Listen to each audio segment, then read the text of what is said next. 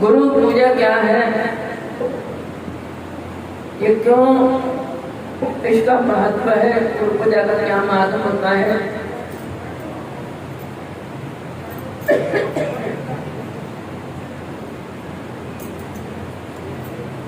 ये महत्व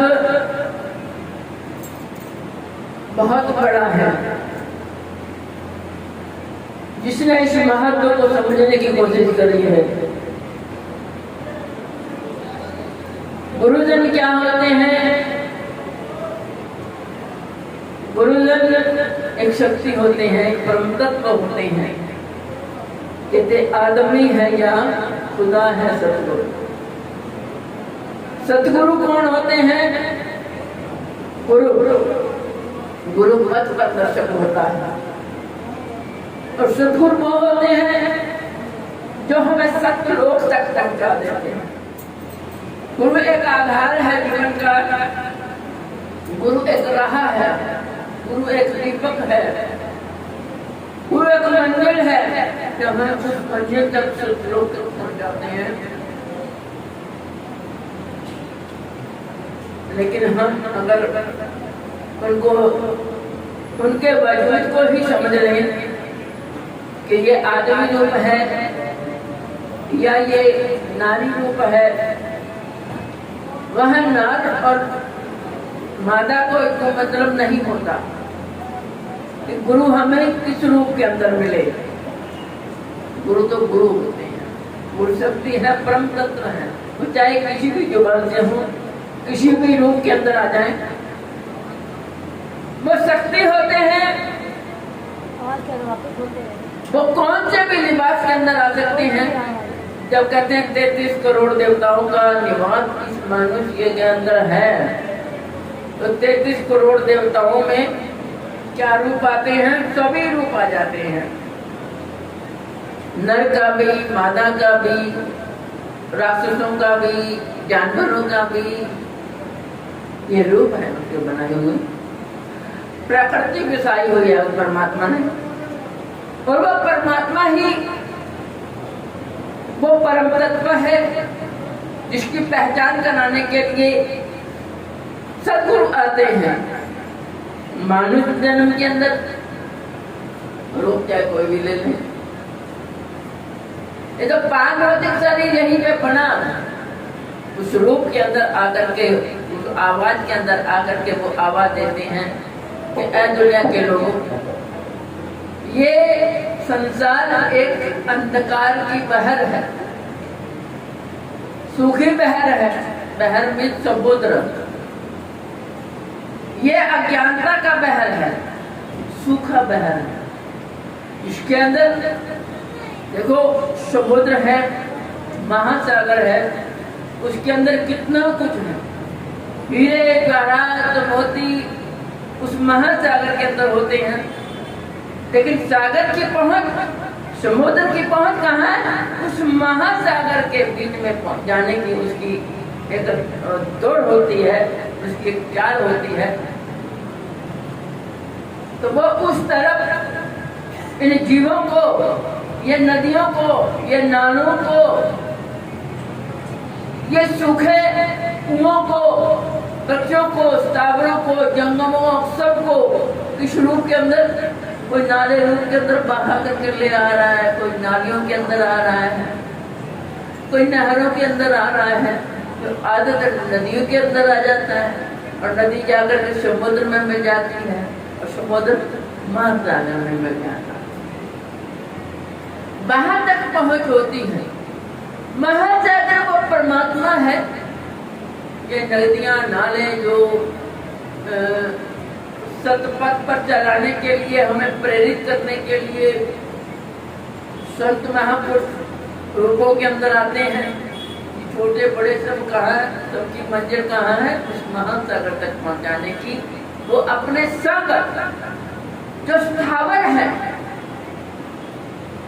जो यहीं पे नहा रहे हैं, यहीं पे जन्म लेते हैं, यहीं पे बिखर जाते हैं, यहीं पे अपना सारा कुछ अस्तित्व को मिटा देते हैं, उनको किसी न तरीके एक हवा का झोंका आता है जो नालों के करीब ले जाता है। वो नालों उन्हें अपने संग मिला करके नहर में ले जाता है, और नहर फिर अपने दलदलों के साथ उसको ऊपर नीचे करती है, शोधन करती है, फिर नदी के अंदर डाल देती है। नदी की एक बड़ी सूक्ष्म सहज भाव से उसकी चाल होती है, और वो सहज भाव से चलती चलती कहाँ चली जाती है? समुद्र के अंदर। समुद्र के अंदर जलजले कितने ऊपर उड़ते हैं, कितने ऊंचे, कितने फुट, 5-6 फुट ऊंचे ऊंची लहर होती है समुद्र की। समुद्र को छोटी मोटी बात नहीं है। वो जाता कहाँ है? कितनी दूर उसकी लहर होती है, बर्फ घसीट करके ले आता है। जितना वजूद किसी का होता है, वो उतने वजूद के साथ अपने किनारों पर जो होते हैं उनको तक ले लेते हैं। लेकिन समुद्र का तो कहना ही क्या है, वो उसका हाथ बहुत बड़ा है, वो इतनी दूर से घसीट करके ले आता है और अपने संग मिलाकर उसको बीच ले आता है, महासागर की तरफ ले जाता है। जो बीच में रहेंगे वो सीधे कहाँ जाएंगे? महासागर की तरफ। जो इधर उधर फिर अपना पीछा छुड़ा करके इधर उधर जाएंगे, वो कहाँ किनारों पे फिर आ जाएंगे, हवा के झोंके से साथ फिर दूर हो जाएंगे, उड़ जाएंगे, पिस जाएंगे, मिट जाएंगे, बिखर जाएंगे। यही काम होता है।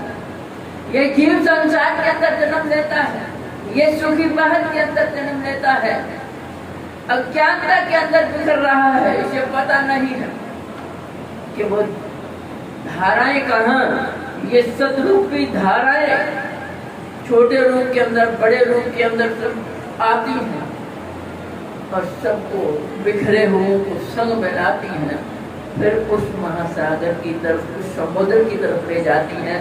फिर समुद्र कौन है? गुरुदेव। वो समुद्र फिर हमें कहाँ ले जाते हैं? उस महान सागर की तरफ ले जाते हैं, उस परम तत्व की तरफ। सद्गुरुदेव हमें परम तत्व की तरफ ले जाते हैं। वो फिर और नहीं होते, जिनका नाम ही सागर है, वो महासागर है, वो परम तत्व है। की पहचान करने के लिए कुछ भी कहा जा सकता है, वो उस परम तत्व की पहचान करने के लिए उस मंजिल तक पहुंचा देते हैं। फिर इसको वो इधर आ ही नहीं सकता। जो महासागर में चला गया, उस परम तत्व के अंदर, उस परम रूप के अंदर, उस विराटता के अंदर स्थित हो गया जाकर के, तो वो कहाँ इधर को आएगा भैया? आएगा रोज का जन्म लेना, रोज का मर जाना। ये खुशकिस्मत से हमको गुरु का सानिध्य मिलता है। गुरु होती है रोशनी, प्रकाश, और वो अपनी तरफ, हम अंधकारी जीव हैं। कभी देखा है जहाँ प्रकाश होता है वहां अंधेरा टिक सकता है? नहीं टिक सकता ना, क्योंकि उसके अंदर वो पावर ही नहीं है कि अंधेरा को पता होता है कि रोशनी आ रही है, प्रकाश उदय होने वाला है, रोशनी उदय होने वाली है, तो अंधकार छुपन हो जाता है। तो वो हमें प्रकाश की तरफ ले जाते हैं। वो प्रकाश जो रोशनी होती है, वो उसके आगे अंधकार नहीं टिक सकता, लुप्त हो जाता है। आप खुशकिस्मत जीव हो जो इस अंधकार के अंदर, इस अज्ञानता के अंदर रहते हो, फिर भी वह प्रकाश जो अपने अस्तित्व को छुपा लेता है, छुपा करके तुम्हें आवाज देता है, आओ। जब तुम उनके करीब आ जाते हो तो तुम्हें अपने प्रकाश में जोड़ लेता है, अपनी रोशनी में जोड़ लेता है, अपने नूर में जोड़ लेता है, ताकि तुम अंधकार में बहकने से बच जाओ। अगर हम हाथ जोड़ा करके पीछे तरफ आएंगे तो कसूर किसका है? कसूर किसका है? वही न शिकायत लाने वाली बात हो जाती है। भगवान को शिकायत लगा दो कि भाई अंधकार कहता है, उससे पूछो तुमने रोशनी कभी देखी है? नहीं, मैंने तो देखी नहीं है। और प्रकाश से पूछो, वो उलाना देता है कि ये रोशनी जो है मुझे अपने पास टिकने नहीं देती, अपने पास खड़ा नहीं होने देती। शिकायत लगा दी अंधकार ने, तो जानी जाना भगवान। तो उससे पूछा, अरे भाई क्या बात है? रोशनी से पूछा कि तुमने कभी इसको अपने पास आने नहीं दिया? धक्का मार देता है। कहते महाप्रभु मैंने तो इसको कभी देखा ही नहीं है, तो मैंने इसको धक्का क्या लगाना है? देखा ही नहीं है कि वो पहले मेरा नाम सुन करके लुप्त हो जाता है, भाग जाता है, टकरा नहीं होता। मैंने इसको कभी देखा ही नहीं वहां पे। खाम खा के कह दो हाथ ना जाने क्यों गड़ी, देख तुम नहीं सकते, देख तुम नहीं सकते, पावर तुम में मौजूद नहीं है, देखोगे तो मर जाओगे, मिट जाओगे। मिटना, कोई मिटना चाहता है?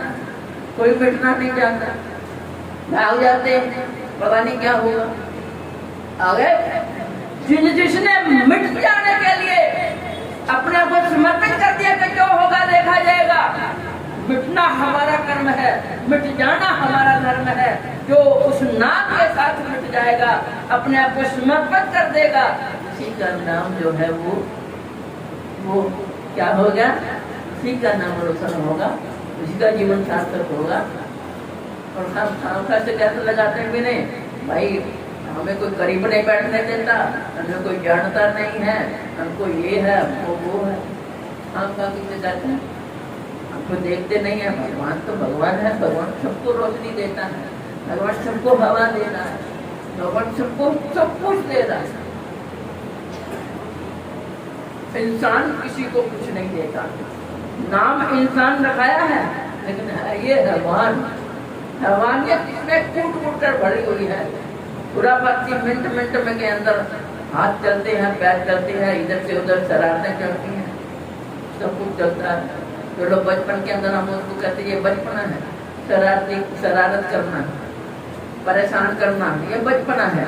लेकिन जवान जब जवान होकर के हर बात को समझता हुआ खुरापाती करता, उसको क्या कहा जाएगा? उसको कहा ये पागल है, बेवकूफ है, अज्ञानी है, इसको कुछ पता नहीं है, ये क्या कर रहा है, ये पापी है, इसको पापी का नाम दिया जाता है। अरे पापी तो उसका नाम है जिसने भगवान को पा लिया, वो पापी है। तो हमें इसको जो बुरे काम करता है, जो खुराबाती करता है, उसको पापी कहते थे, क्योंकि उसके अंदर हैवानियत भरी है। बस अगर वो रुख हैवानियत करने पे तेज है, अगर उसका थोड़ा सा भी रुख चेंज हो गया तो वो उसकी खुराबाती करने की आदत है, ज्यादती करने की आदत है, वो ज्यादती कर देगा। अगर भगवान के तरफ उसका रुख तेज हो गया तो उस तरफ उसकी ज्यादती हो गई तो उसका खुदा के साथ देना हो जाएगा। तो हम क्या करते हैं? हम कुछ भी नहीं करते। हमें हिम्मत नहीं है, हमें वो शक्ति नहीं है कि हम भगवान के करीब जाएं, कुछ समझें, कुछ अपने को समर्पित करें, कुछ उनके नाम के लिए घुटने के अपने अंदर जज्बा पैदा करें। सदगुरु कर्म करता है, हर हृदय के अंदर वो जज्बा पैदा करता है कि आओ मेरी करीब आओ, मेरी आवाज में आओ, मैं तुम्हें पकड़ करके परमात्मा के करीब ले जाता हूँ। आओ, कोई आओ तो सही, हाथ तो पकड़ाए ना। आज ये हाथ में हाथ देने वाली बात नहीं होती, हाथ अपनी आत्मा का देना होता है। ये तो संसार के लिए बना है, और वो जो तुम्हारी जीवात्मा बीच में है, जो भटक जाती है, जो बिखरी हुई है, उसको हमने पकड़ना है। तो हम उसको पकड़ा देंगे, समर्पित भाव हमें पैदा हो जाएगा, वो जज्बा पैदा हो जाएगा, तो जीवन एक निखार की तरफ बढ़ेगा, सत्पथ पर हम चल पड़ेंगे। तो समर्पित होने का शौर्य हमें पैदा होगा, जज्बा पैदा होगा, तो धीरे धीरे हम अपने आप को उसके समर्पण करते चले जाएंगे। हर पल उसके नाम के साथ जुड़े हुए, कुछ भी हो जाए बस उसका नाम को नहीं छोड़ना है। नाम के साथ जुड़े जुड़े जुड़े जुड़े महासागर तक पहुंचने की हम पर राह मिल जाएगी और हम उस मंजिल पर पहुंच करके सदा सदा के लिए धन्य हो जाएंगे। ठीक है, इसकी तरफ हमने चलना है। चलिए, भगवान ने तो हमें बहुत सुगम तरीका दिया है, चलते फिरते उठते बैठते सोते जागते खाते पीते तुम सब कुछ कर सकते हो, लेकिन फिर भी हम नाच करें। गुरु होता है एक गुर सिखाया, गुर सीखना है तो समर्पित आप जो अपने अंदर पैदा करना है, गुर सीखना है, वो सीख कर चलना है। शरीर को चलाएंगे तो जीवात्मा हमारी स्वतः ही चलने लगेगी। जब जीवात्मा चलने में सक्षम हो जाएगी तभी हमारे जीवन की पहल होगी, हमारे जीवन की राह पे चलने की ताकत बढ़ेगी और वही ताकत हमें प्रभु के करीब ले जाएगी और हम परमात्मा के संग मिलकर अपने जीवन को आनंद रख सकते हैं। बोलिए श्री गुरु महाराज की जय।